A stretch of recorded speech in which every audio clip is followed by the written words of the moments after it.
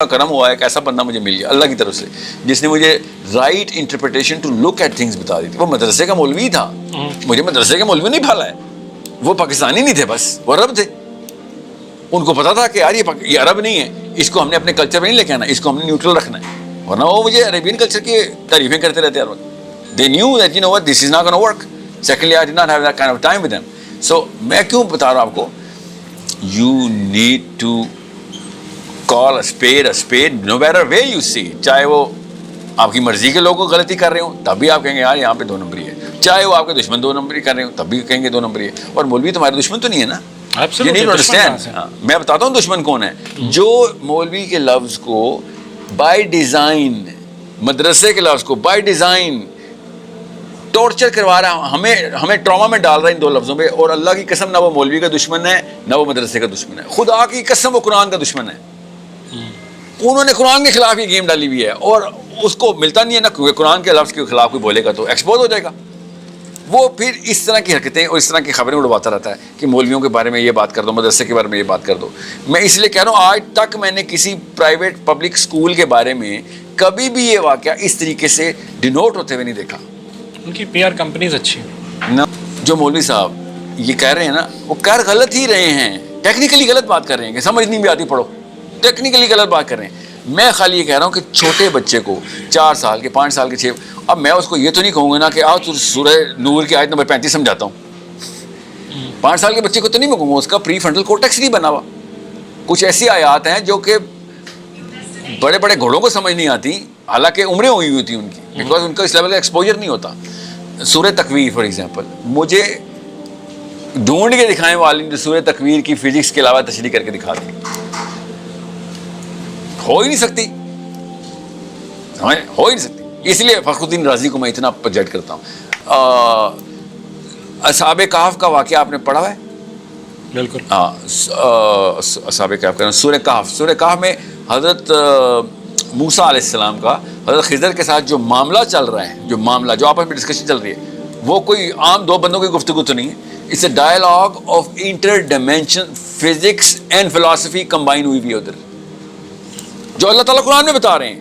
یہاں تک کہ خضر کہتے ہیں تم چاہو بھی, پیرافریزنگ ایگزیکٹ آیت میں بتاتا ہوں ایگزیکٹ کیا ہے, مگر اس کا مطلب یہ بنتا ہے کہ تو چاہے گا بھی تو صبر نہیں کر سکے گا, because from wherever you came from, یہ اس پیراڈائم کے اندر تمہاری کیمسٹری لاک ہوئی ہوئی ہے. حضرت خضر حضرت موسیٰ سے کہہ رہے ہیں, نبی سے کہہ رہے ہیں, رسول سے کہہ رہے ہیں, جس پہ کتاب آئی بھی اس سے کہہ رہے ہیں, جس پہ اللہ تعالیٰ وحی کرتے ہیں, اور نہ صرف وحی کرتے ہیں بغیر کسی فرشتے کے, اللہ خود گفتگو کرتے ہیں موسیٰ علیہ السلام سے بغیر کسی. اس کو خضر کہہ رہے ہیں کہ you are not built for this realm, تم چاہو بھی تو صبر نہیں کر سکتے ہو, ٹھیک ہے, کیونکہ جو میں معاملات تمہارے سامنے کرنے لگا ہوں سارے قوانین توڑ دوں گا میں. Now you know what this is not a chapter of just philosophy, it's philosophy and physics, it's mathematics.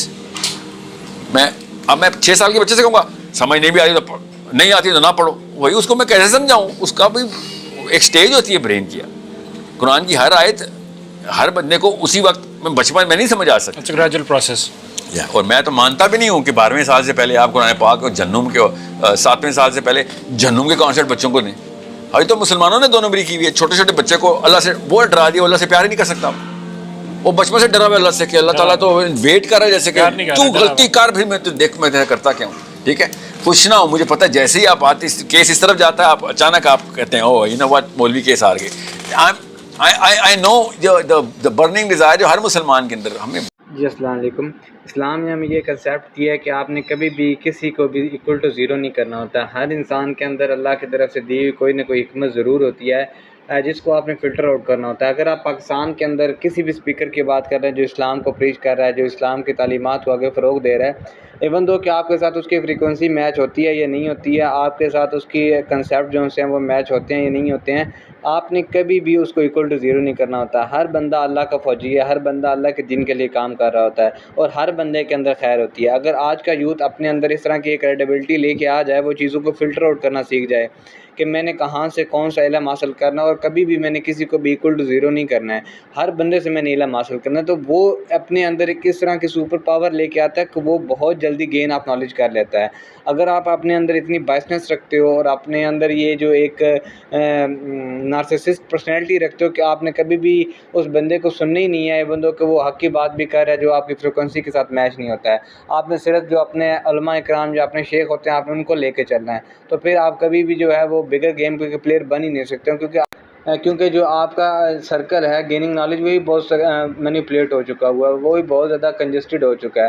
جب آپ بگر لیول پہ چیزوں کو پلے کرتے ہو، جب آپ بگر لیول پہ مسائل کو دیکھتے ہو، تو پھر آپ کو ہر بندے کی ضرورت پڑتی ہے، پھر آپ کو پریشر پوائنٹ کریٹ کرنے کی ضرورت پڑتی ہے جس کی وجہ سے آپ کوئی بگر چینج لا سکو۔ اگر آپ انڈیویجول ہیں اور آپ جو ہے وہ صرف اور صرف کسی کی بائسنس میں آ کے دوسروں کی حق بات کو تسلیم نہیں کر رہے ہیں، تو آپ you are the cancer, you are the problem, جس کی وجہ سے مسلم امت سفر کر رہی ہے۔